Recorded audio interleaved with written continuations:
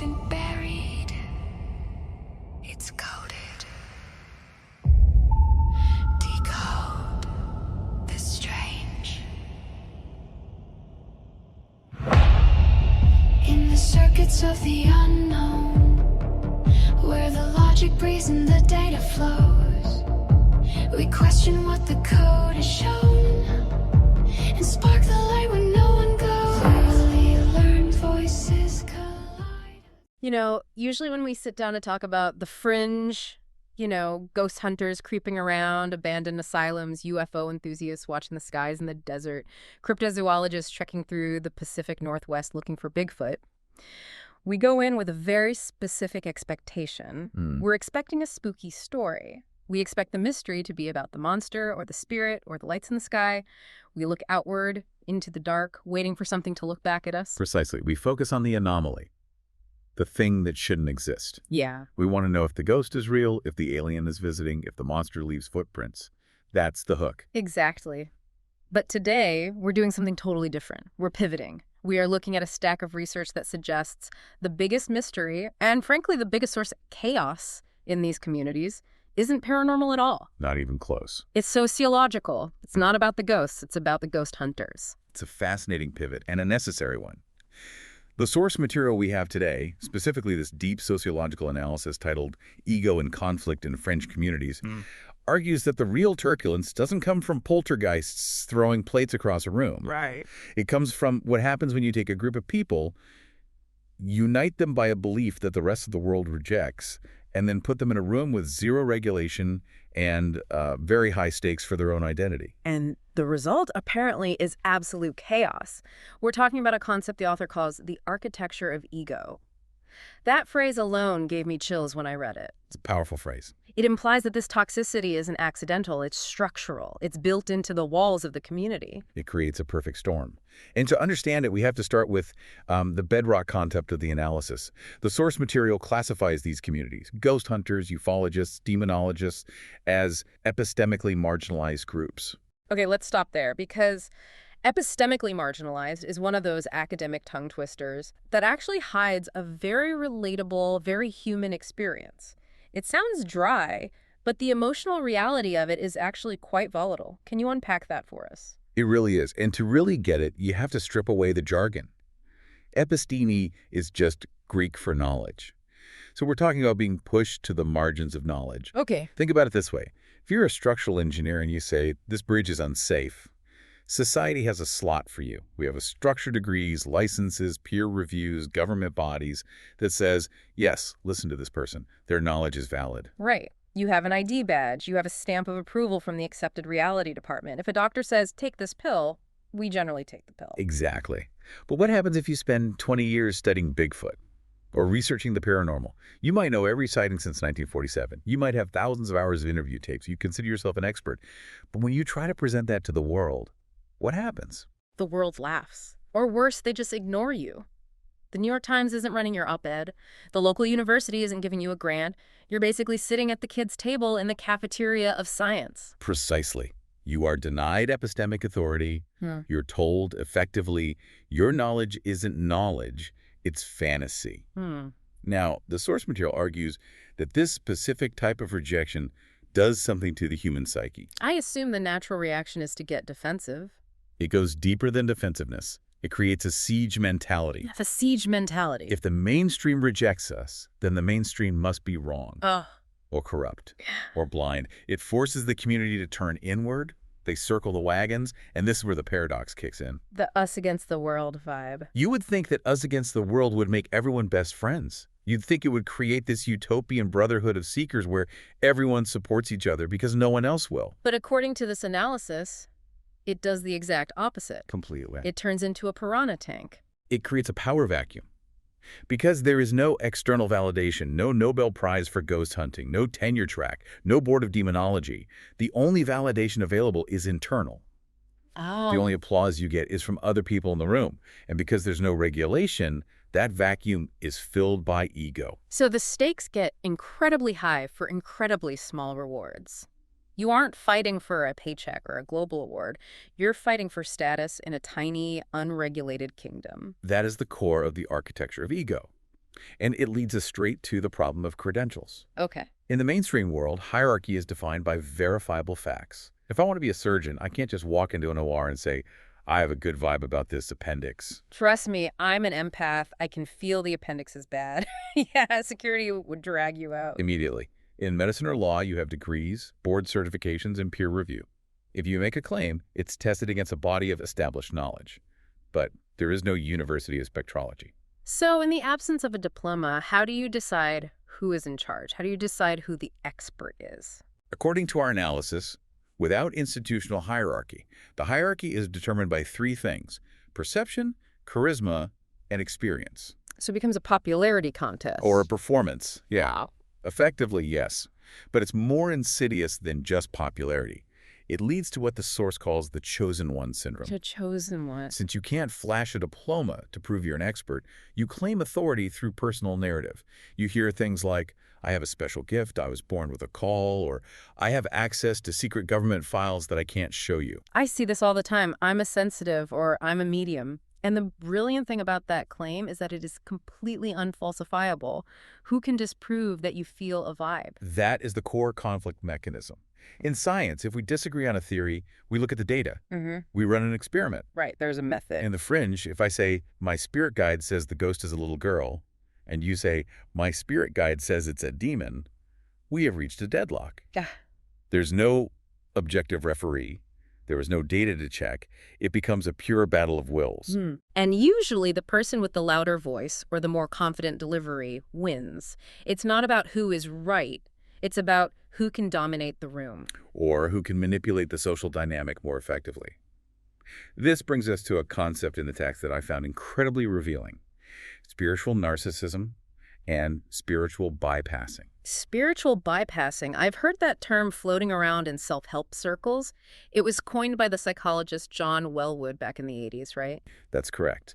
Originally, it described using spiritual ideas to avoid facing unresolved personal or psychological issues. Like saying everything happens for a reason to avoid processing grief.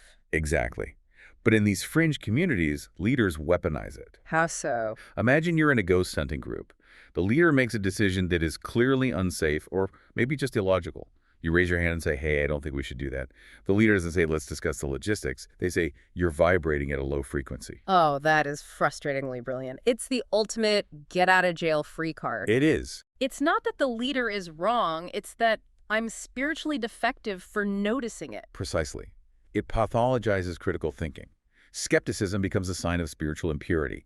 It shuts down all debate because to win the argument, you have to submit to their spiritual superiority. It's a checkmate. It turns the group into a sealed ecosystem where the leader is infallible by definition. That creates such a closed loop, and I imagine that plays right into how these groups handle newcomers. The source talks about gatekeeping and the old guard. The old guard mentality is fascinating. In a healthy scientific field, new blood is good. New researchers mean new discoveries, new energy. Yeah, fresh eyes. But in a fringe community, the attention economy is small. There's only so much clout to go around. It's a zero-sum game. If the new guy gets famous, that's less fame for me. Exactly. So established figures often view newcomers not as allies, but as existential threats. The analysis details specific tactics used to crush them. Oh, I bet. One is accusing newcomers of disrespecting protocols. Now keep in mind, these protocols are often completely arbitrary rules invented by the old guard themselves. You didn't embrace the room correctly before you set up the voice recorder. You've doomed us all. It sounds funny, but it's a way to enforce submission. Another nastier tactic is hoarding access. What do you mean? If a new group starts getting attention, the old guard might spread rumors to property owners, telling a location manager that this new group trashes places or is disrespectful just to get their access revoked. No way! That is incredibly petty. It's like high school, but with thermal cameras. It's survival of the ego. When your identity is built on being the guy who knows ghosts, anyone else knowing ghosts diminishes you. Okay, so we have this base layer of ego, lack of credentials, and insecurity. But then we dump a bucket of accelerant on it. Technology. The internet. The source calls this section the algorithm of division. This is where things shift from just interpersonal drama to a systemic problem. The field has moved from a hobbyist pursuit, people going into the woods on weekends with a flashlight, to a performative economy. A performative economy. The central question has shifted from, did we find the truth, to, did we get the engagement? It's the difference between doing science and making content. Correct. And this leads to audience capture. This is a trap that creators fall into, and I want to walk through a hypothetical to show how easy it is to get caught in it. Let's do it. Imagine you start a paranormal YouTube channel. You want to be scientific. You spend 10 nights in a haunted house, nothing happens. Yeah. You post a video titled Nothing Happened. And it gets 50 views. Right. You're discouraged. Right. Boring content, no dopamine hit. But then on the 11th night, you hear a weird noise. You freak out on camera. You run away screaming. You title the video Demon Attack. It gets 50,000 views. The comments section lights up. Do you see that shadow? You're so brave. And suddenly your brain lights up. You found the formula. But it's a trap. The audience has now taught you what they want. They don't want research. They want demons. They want attacks. If you try to go back to calm, rational investigation, the algorithm punishes you. Your views drop. The audience leaves comments saying, "This is boring. Where are the ghosts?" You're held hostage by your own brand. You are. Absolutely. And that feedback loop creates an escalation ladder. A creak isn't enough anymore. It has to be a growl. A growl isn't enough. It has to be a scratch.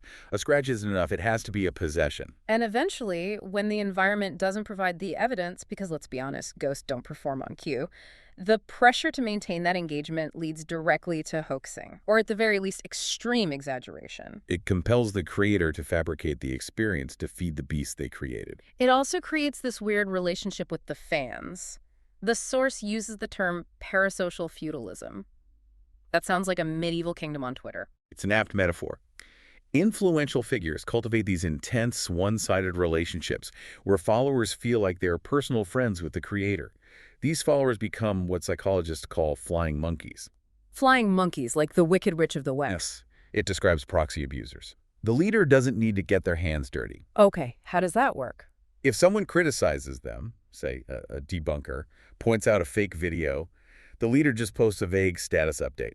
I'm being attacked by dark forces today, feeling so drained by the haters, they don't even have to name the critic. The digital mob knows what to do. They swarm the critic, harassing them, reporting them, burying them. It's weaponized victimhood. Yeah. And because the algorithms, and here the source reference is The Chaos Machine by Max Fisher, because the algorithms prioritize high emotion engagement, this divisiveness is actually rewarded. Right. The platform wants the fight to happen because fights keep people on the app. So the tech amplifies the conflict. But there is another side to the technology aspect that I really want to dig into. It's what the source calls techno-mysticism, or the authority of toys. This is critical. I see this all the time. The gear, the spirit boxes, the REM pods, the SLS cameras that map stick figures onto empty chairs. It looks so scientific. It has antennas and lights. It looks scientific. It adopts the aesthetic of science. But this brings us to the black box fallacy. What is that exactly? A black box is a system where you see the input and the output, but the internal process, the logic, is hidden. Many investigators use devices they do not understand. They don't know the engineering. Right. So when a spirit box scans radio frequencies and spits out a noise, they interpret it as a ghost saying hello. But let's break down the spirit box. It's the radio that scans through channels really fast, right? Technically, it is a modified radio receiver sweeping through the AM or FM band at a rate of milliseconds. The theory is that spirits can manipulate that raw audio to form words. But if you look at the engineering, you are just grabbing fragments of talk radio. You are statistically guaranteed to hear phonemes, sounds that sound like speech, because you are literally scanning speech. Exactly.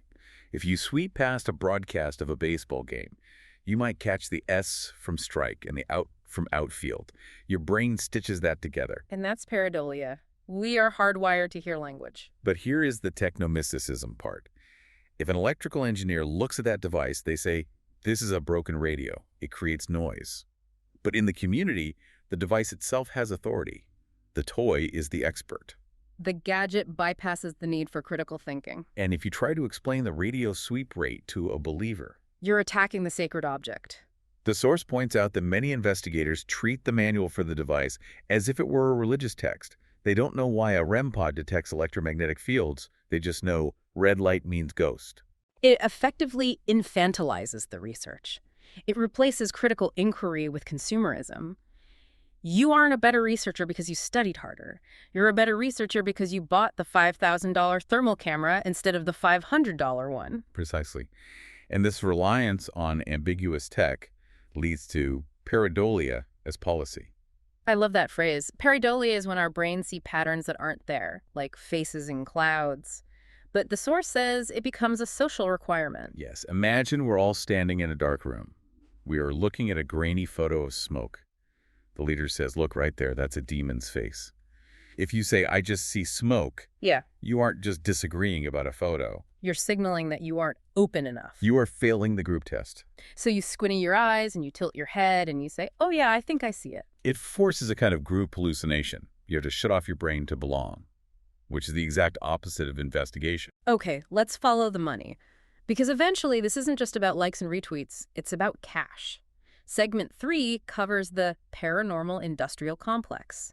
I didn't realize how much of an industry this had become. It is a significant economy. You have paracons, paranormal conventions, ticketed ghost hunts, TV deals, merchandise, and this introduces a massive conflict of interest, specifically the pay-to-play ecosystem. Right, so you have these historic locations, old asylums or prisons, and they charge teams thousands of dollars to spend the night. Exactly. These locations rely on their reputation as being haunted to pay the bills. Right, it's their business model. It is. Now, imagine a team comes in, does a rigorous scientific investigation, and concludes, actually, there's nothing here. The banging noise is the HVAC system, and the cold spot is a drafty window. Well, location owner's not going to like that. Not at all. That team is threatening the venue's revenue stream. If the place isn't haunted, nobody buys tickets. So the venues stop booking skeptical teams. They only book safe teams, the ones who guarantee they will find evidence who will hype up the haunting. It creates an economic filter that promotes charlatans and suppresses genuine research. If you want to get booked, you have to find a ghost, even if there isn't one. It's pay to play, but it's also pay to win. The source mentions these awards: Best Paranormal Team of the Year, Which are essentially popularity contests driven by bot farms and fan mobilization. but once a team wins this award, they use it to justify charging clients for house calls. It creates a circular logic of authority. I'm an expert because I won an award. How did you win? My fans voted for me. It's a house of cards. And speaking of houses falling down, let's talk about the teams themselves. The source outlines the life cycle of dysfunction. It seems like these groups implode on a schedule. It is tragically predictable. It starts with stage 1, the honeymoon. Okay. Everyone is excited, the mission is pure, we seek the truth. Then comes stage 2, the spotlight struggle. Maybe the group gets a little press or a viral clip. And suddenly everyone wants to hold the microphone. Precisely. The founder feels ownership. The members feel erased. You see accusations of credit theft. He used my photo on his book cover without asking. Or, they cut my EVP out of the episode. And then, stage 3, the schism.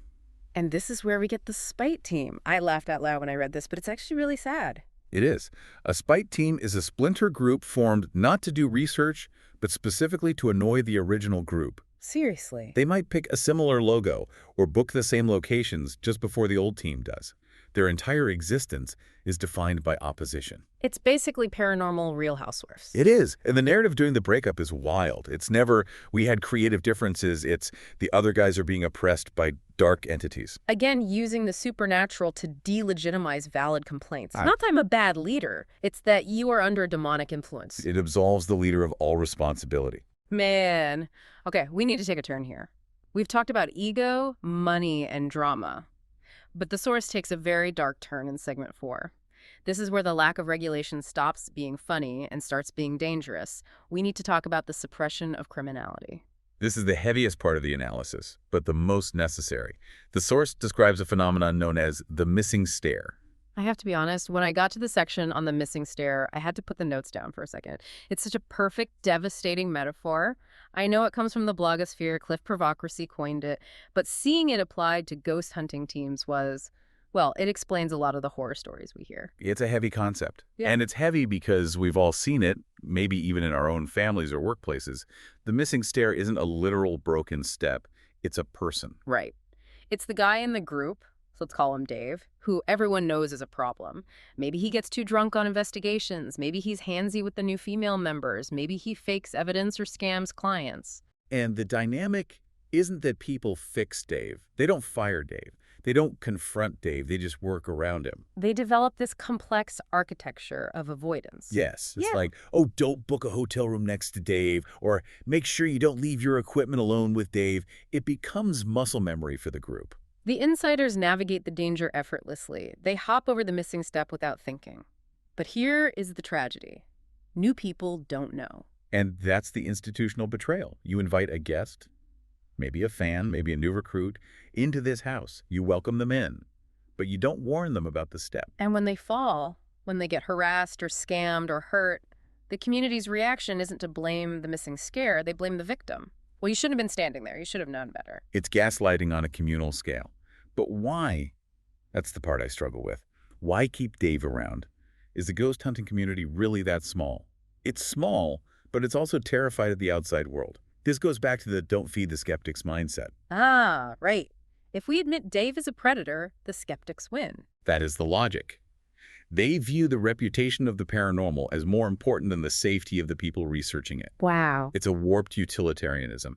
They think if we expose this famous investigator as a fraud or a predator, the skeptics will use it to say the entire paranormal field is fake. So silence becomes a form of loyalty. You protect the movement by sacrificing the people inside it. Which is a moral failure. Yeah. It creates a blue wall of silence that effectively shields criminals. And speaking of safety, there's another danger here that feels less malicious but equally deadly. The medical blind spot. We have investigators playing doctor. This is the hero complex in action. Imagine a family calls a paranormal team. They are terrified. They are hearing voices, they are seeing shadows, they feel sick and dizzy. The team goes in, they pull out the EMF meters, they start doing an exorcism or a cleansing. But what if the cause is a carbon monoxide leak? Or Black mold poisoning? Or undiagnosed schizophrenia? if you are a hammer, everything looks like a nail. If you are a ghost hunter, everything looks like a ghost. Exactly. But here is the ego trap. If you go in and say, hey, I think you have a gas leak, call the fire department, that is a win for safety, but it is loss for the ego. You don't get to be the demon slayer. You're just the guy who called the utility company. It's boring. So the ego wants it to be a demon? Yes. The source highlights the devastating cost of misdiagnosis. And it gets worse. There is a rhetoric in some of these fringes that medication closes your third eye or lowers your vibrations. I've seen this, people telling vulnerable individuals to start taking their meds because it's blocking their psychic gifts. That is genuinely terrifying. It is practicing medicine without a license, and it is spiritually abusive. The source calls it compliance tampering.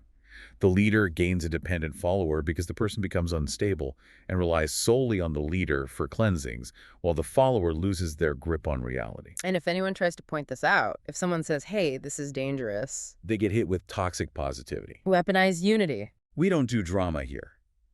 Labeling safety concerns as drama is a tactic to silence dissent. It forces forgiveness without requiring the perpetrator to change their behavior. It seems so overwhelming. We have a community that is, as the source puts it, an Ouroboros, a snake eating its own tail.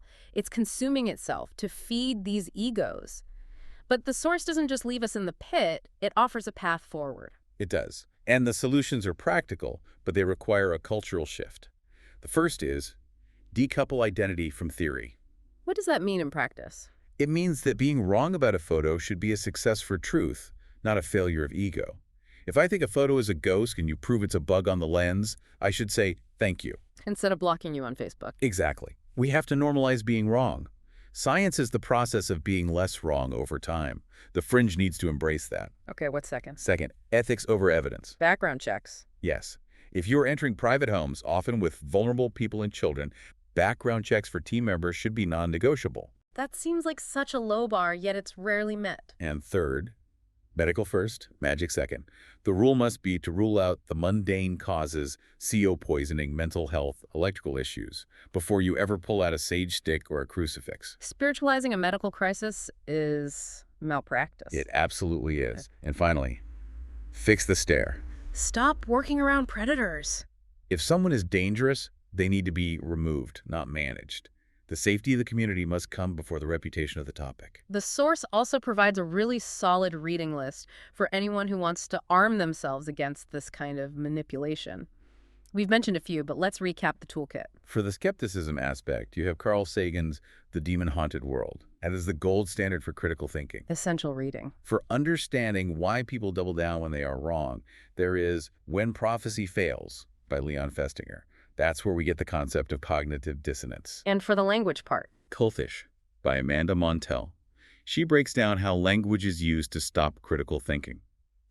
And we mentioned Max Fisher's The Chaos Machine regarding social media algorithms. It's a lot to take in. We started this deep dive thinking about ghosts, and we ended up talking about narcissism, algorithms, and institutional betrayal. It brings us back to that central premise. The fringe is a mirror. Yeah. Here's a thought to leave you with. We spend so much time looking into the shadows, looking for monsters, looking for the unexplainable. But this analysis suggests that the scariest things in the dark aren't the dead. They are the unchecked egos of the living. It raises the question.